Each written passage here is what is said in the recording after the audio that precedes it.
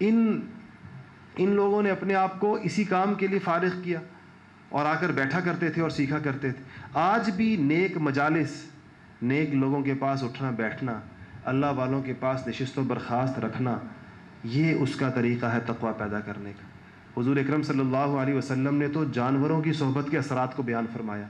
کہا کہ اونٹ پالنے والے کے اندر کینہ پیدا ہوگا. اونٹ کا کینہ تو سنا ہے آپ نے، اردو کا محاورہ ہے کہ فلانا اونٹ کی طرح کینہ رکھتا ہے. اونٹ کے بارے میں مشہور ہے کہ اپنے دشمن کو، جس نے اس کے ساتھ کسی وقت میں کوئی ظلم کیا ہو، اس کو وہ سالوں کے بعد بھی نہیں بخشتا. کبھی اس کے، آپ نے بارہا یہ بات سنی ہوگی کہ اونٹ اپنے مالک کو چبا گیا، اس کی گردن چبا دی. کسی وقت میں کوئی غصہ اس کو آیا ہوتا ہے، اس کا موقع نہیں ملتا، جب اس کو موقع ملتا ہے تو اپنا وار کرتا ہے. اور فرمایا کہ بکری پالنے والوں کے اندر تواضع پیدا ہو.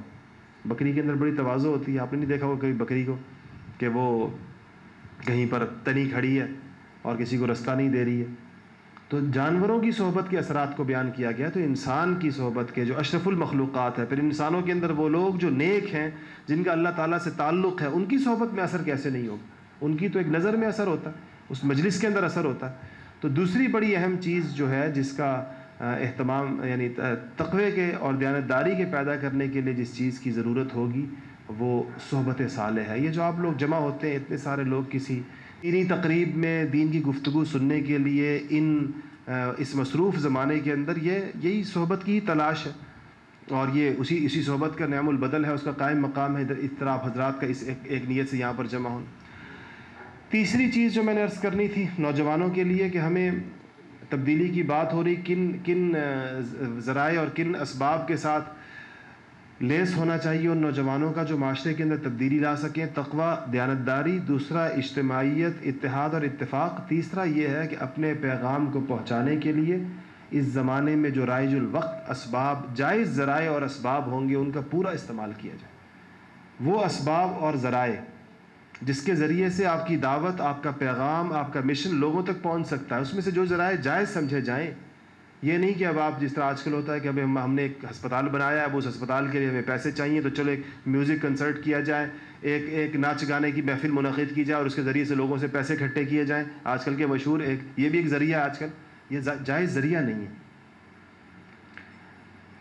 ناچنے والے کی تو آمدن جائز نہیں ہے، گانے والے کی جو گا کر، جس کا ذریعہ آمدن گا کر ہو، ناچ کر ہو، وہ اس آمدن سے، نیکی کے کام کرنے سے وہ کام نیک تھوڑی ہو جاتا. ہمارے حضرت مفتی رشید احمد صاحب رحمۃ اللہ علیہ فرمایا کرتے تھے کہ دین کو ڈھا کر کبھی دین کو کھڑا نہیں کیا جا سکتا. یعنی آپ جس ذریعے کو استعمال کر رہے ہیں، اگر وہ ذریعہ صحیح نہیں ہے تو چاہے آپ کتنی اچھی نیت کر لیں آگے. جس طرح پرانے زمانے کے ڈاکوؤں کے بارے میں آتا ہے، بعض ڈاکوؤں کے کہ وہ لوگوں کو لوٹا کرتے تھے غریبوں کی مدد کرنے کے لیے. بعض ڈاکوؤں کے بارے میں آتا کہ وہ کہتے تھے، وہ ایک پنجاب کا ایک مشہور کردار تھا ملنگی ڈاکو کے نام سے، اس کے بارے میں یہی آتا ہے کہ وہ کہتا تھا کہ میں جو مالداروں کو لوٹتا ہوں تو غریبوں کی مدد کرنے کے لیے لوٹتا ہوں. تو شیطان اس طرح کے رستے انسان کو سکھاتا ہے. نیکی کے یہ طریقے بھی ہوتے ہیں. جو جائز ذرائع اور اسباب ہیں ان کا استعمال کرنا ہوگا. اس میں نوجوان جس فیلڈ کے اندر کام کر رہے ہیں، جس تعلیم کے اندر مشغول ہیں، مصروف ہیں، یہ ایک ذریعہ ہے ان کی خدمت کا، ان کی ترقی کا. اس میں ان کو بڑا کمپیٹنٹ ہونا ہوگا، بڑا لائق ہونا ہوگا، بڑا بہترین ایک انسان اپنی ریلیونٹ فیلڈ کے اندر، اپنے کام کے اندر. اس کے اندر آپ، حدیث شریف میں آتا ہے کہ اللہ تعالیٰ جو ہے اتقان والے عمل کو پسند فرماتے ہیں. اتقان کا مطلب ہوتا ہے کسی کام کو بڑے بہترین طریقے کے ساتھ کرنا. جس کام میں بھی آپ ہاتھ ڈالیں، جس کام سے آپ کا تعلق ہو، چاہے وہ تجارت کے ساتھ ہو، چاہے وہ تعلیم کے ساتھ ہو، چاہے آپ استاد ہیں، چاہے آپ کوئی کمپیوٹر انجینئر ہیں، آپ کا کوئی پروگرامنگ کا کام ہے، کوئی سافٹ ویئر کا کام، جو کام بھی آپ سے متعلق ہے، اس کام کو اتنی مہارت کے ساتھ کیا جائے اور اتنی بہترین طریقے کے ساتھ کیا جائے. یہ بھی آپ کا اس امت کے لیے آپ کا کنٹریبیوشن ہے اور یہ اس کا حصہ ہے. اور مسلمانوں کی تاریخ کے اندر جہاں پر بھی مسلمانوں کے کامیاب ادوار کی مثالیں ملتی ہیں، وہاں یہ بات ملتی کہ مسلمان اپنی ضرورت کے سارے میدانوں کے اندر باقی اقوام سے آگے ہوا کرتے تھے اس زمانے میں، جو ان کی ضرورت کے میدان. آج کل بدقسمتی کے ساتھ ایک تصور یہ بھی ہے دین کے ساتھ یہ بات ضروری سمجھی جاتی ہے کہ اپنے کاموں کو چھوڑ دیا جائے ساتھ. یہ دین کا کوئی متوازن دعوت نہیں ہے. اگر جو کام جائز ہے اور اس امت کی دیکھیں، اس امت کو ڈاکٹروں کی بھی ضرورت ہے، اس امت کو انجینئرز کی بھی ضرورت ہے، اس امت کو اسلحہ سازوں کی بھی ضرورت ہے، آپ خود بتائیں کہ جن لوگوں نے اس ملک کے لیے، جن ایٹمی سائنسدانوں نے ایٹم بم جیسی قیمتی چیز بنائی ہے، جس کی وجہ سے آج اس ملک کے دفاع کو بہرحال بہت ایک بڑی اسباب کے درجے کے اندر ایک بڑی نعمت اس کو دستیاب ہے، اور کوئی بھی ملک اس کی جانب میلی آنکھ اٹھانے سے پہلے کھٹکتا ضرور ہے کہ ان کے ساتھ چھیڑخانی کی جائے یا نہ کی جائے، یعنی کوئی ترنے والا اب نہیں ہے۔ اور ان حالات کے اندر بھی جو اللہ تعالیٰ نے اس ملک کو مضبوط رکھا ہوا ہے، اس میں جہاں اور اسباب و ذرائع اور اللہ کا فضل و کرم ہے، اسباب کے درجے کے اندر اس کی یہ جوہری صلاحیت بہت بڑی چیز ہے، بہت بڑی نعمت ہے۔ قرآن پاک میں، احادیث میں جہاں پر جہاد کی باتوں کو، جہاد کے احکامات ہیں، وہاں پر اس دفاعی صلاحیت کا، اقدامی صلاحیت کا، اس کے بڑے فضائل بیان کیے گئے۔ تو یہ جن لوگوں کے ہاتھوں یہ چیز وجود کے اندر آئی ہے، جن لوگوں نے اس کو کیا، آپ کیا سمجھتے ہیں کہ وہ ثواب کے اندر کسی بڑے سے بڑے نیک آدمی سے پیچھے رہیں گے جنہوں نے اس ملک کو اتنی بڑی قیمتی چیز دی ہے؟ تو جو نوجوانوں کی اپنا جو میدان ہے، اس میدان میں پوری مہارت کا حصول ان کی تقوی اور دیانتداری کا تقاضا ہے۔ متقی آدمی ایسے کوئی مجہول قسم کا آدمی تھوڑی ہوتا ہے، وہ کوئی ایسے کوئی نالائق قسم کا آدمی تھوڑی ہوتا ہے۔ تو آپ کے تقوی کا تقاضا یہ ہے کہ آپ کے حوالے جو کام کیا گیا ہے، آپ اگر آپ پڑھ رہے ہیں یا آپ پڑھا رہے ہیں یا آپ جو کام کر رہے ہیں، آپ اس میں مہارت کے حصول کو عبادت کی طرح کی اہمیت دیں، جیسے عبادت کو آپ جو اہمیت دیتے ہیں۔ اور جو آپ کی مہارت کا میدان ہے، یہ سوچ و بچار یقیناً آپ کے ذمے ہے کہ اس سے جہاں اور فنی کام آپ لے رہے ہیں، اس سے دین کا کوئی کام آپ کس طریقے سے لیں گے، دین کی خدمت کے لیے اس کو کس طریقے کے ساتھ استعمال کریں گے۔ یہ اس کی سوچ و بچار ہر وقت آپ کے اوپر یہ طاری ہونی چاہیے۔ ہر بندہ اپنے اپنے میدان کے اندر جو اس کی فیلڈ ہے، اس کے اندر وہ کوئی نہ کوئی خدمت دین کی ایسی بڑی کر سکتا ہے، اور جب یہ ساری اسی طریقے سے مختلف طبقاتی خدمتیں وہ ملتی جاتی ہیں، تو اسی سے وہ صالح اسلامی معاشرہ وجود میں آتا ہے جس کی ضرورت۔ تو یہ تین چیزیں، میں زیادہ آج لمبی بات نہیں کرنا چاہ رہا تھا، میں کہ کوئی مختصر سی باتیں آپ کو عرض کروں، جو کہ آپ جس پر ہم سب سے پہلے تو میں اور اس کے بعد آپ لوگ، ہم اس کے اوپر عمل بھی کریں۔ فقط بیان برائے بیان نہ ہو کہ ہم لوگ بیانات کرتے چلے جائیں، یہ بیان سننے کی عادت، بہت زیادہ بیانات سننے کی عادت بھی کوئی اچھی عادت نہیں ہے۔ اس کے بعد بعض اوقات قوت عمل بہت کمزور ہو جاتی ہے انسان سمجھتا ہے، بولنے والے بھی یہ سمجھتے ہیں، سننے والے بھی یہ سمجھتے ہیں کہ بس یہ بولنا اور سننا ہی ہمارا وظیفہ ہے، کچھ لوگ بولا کریں گے، کچھ لوگ سنا کریں گے، اس کے بعد چلے جایا کریں گے۔ تو یہ جو ہمارا آنا ہوتا ہے، آپ لوگ بھی اتنی مشقت سے پتہ نہیں کہاں سے آتے ہیں، اپنی مصروفیات چھوڑ کر آتے ہیں، یہ اسی وقت فائدہ مند ہو سکتا ہے، اسی وقت ثمر خیز ہو سکتا ہے جب ہم کوئی ایک چھوٹی بات یہاں سے عمل کرنے کی نیت سے لے کے اٹھ جائیں۔ انٹرنیٹ کے اوپر آپ لوگ بیٹھتے ہیں، اکثر نوجوان بیٹھتے ہیں۔ ہمارا ایک دوست ہے، ایک طالب علم ہے، ایک بڑا ذہین سا نوجوان ہے، چھوٹی سی عمر کا۔ میں نے کہا گاڑی تم چلاؤ، اور چلو، وہ ساتھ آ گیا۔ تو مجھ سے کہنے لگا کہ آپ نے کہا تو میں آگے رستے میں، مجھ سے کہنے لگا اور کہتا ہے کہ 2 دن اور 2 راتوں سے میں ایک لمحے کے لیے بھی نہیں سویا، پورے 2 دن ہو گئے، 2 راتیں ہو گئے۔ میں کہا تم کیا کرتے رہے 2 دن؟ تم سے کہنے لگا میں انٹرنیٹ کے اوپر بیٹھا ہوا، پوری رات انٹرنیٹ۔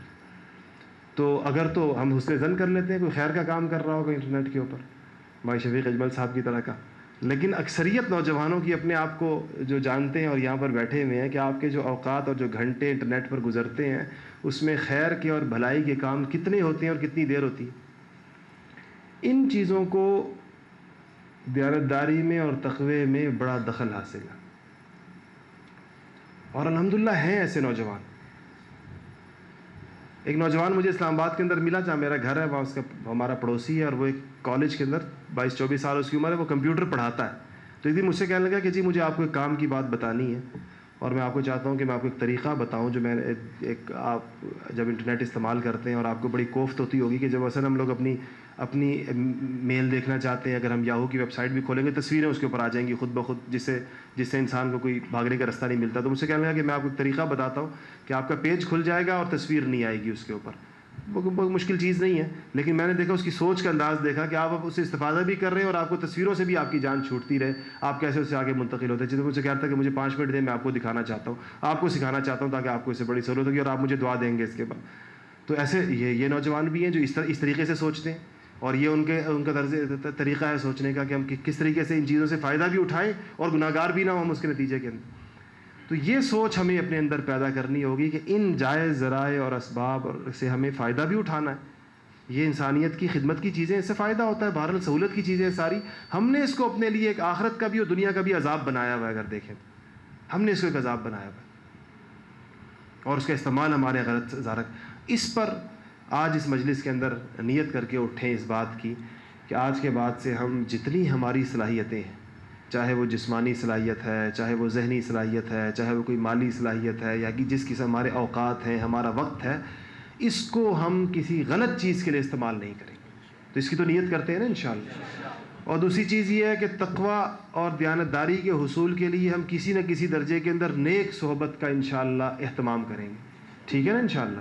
اور تیسری بات یہ ہے کہ ہمیں حضور اکرم صلی اللہ علیہ وسلم جو ایک امت بنا کر چھوڑ کر گئے تھے، ہم اس ایک امتی ہونے کو ہی اپنے لیے سرمایہ فخر سمجھتے ہیں. اس کے علاوہ ہم کسی اور نسبت سے متعارف ہونا نہیں چاہتے. ایسے ہی ہے نا انشاءاللہ. یہی ہمارے نزدیک ہماری سب سے بڑی نسبت ہے اور ہمارا سب سے بڑا فخر ہے. اللہ جل جلالہ ہمیں اس کے اوپر عمل کرنے کی توفیق نصیب فرمائے.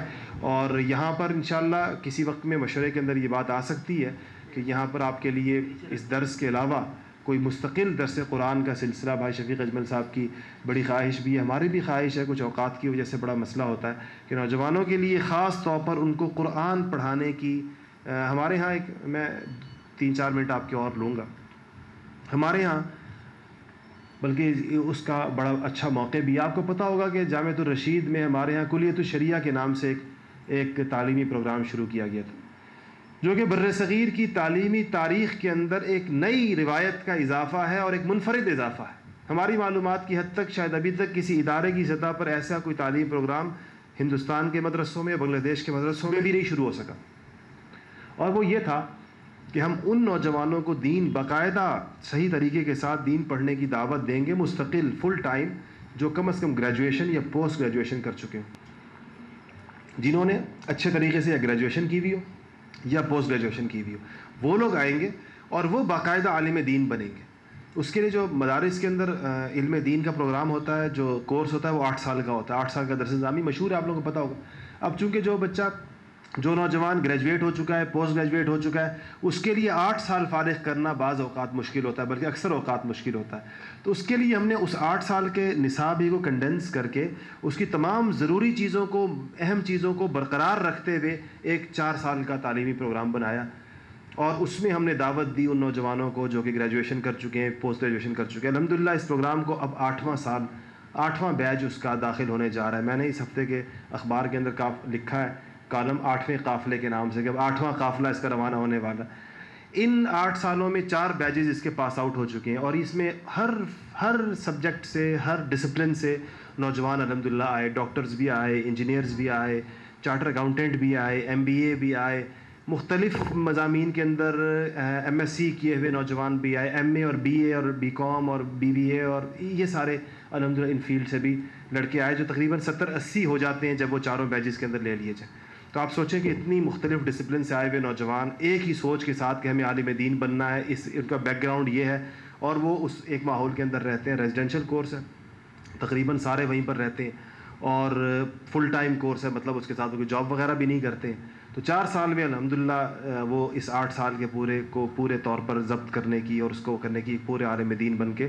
بلکہ اس دفعہ تو آپ کو دلچسپ بات بتاؤں کہ جو ہمارا آخری سال ہوتا ہے دورہ حدیث شریف کا، مدارس کا جو آخری سال ہوتا ہے پاس آؤٹ ہونے سے پہلے، اس کو دورہ حدیث کہتے ہیں، کیونکہ اس سال میں صرف حدیث کی کتابیں پڑھائی جاتی ہیں. یہ بخاری شریف، مسلم، ترمذی، یہ ساری کتابیں پڑھائی جاتی ہیں. تو جو ہمارے ہاں دورہ حدیث ہے، اس میں وہ لوگ بھی آتے ہیں جو درس نظامی سے آتے ہیں، مطلب وہ 7 سال پڑھنے کے بعد ان کا 8واں سال ہوتا ہے. اور وہ لوگ بھی آتے ہیں جو کلیۃ الشریعہ سے آتے ہیں، تو ان کا 3 سال پڑھنے کے بعد یہ 4تھا سال ہوتا ہے.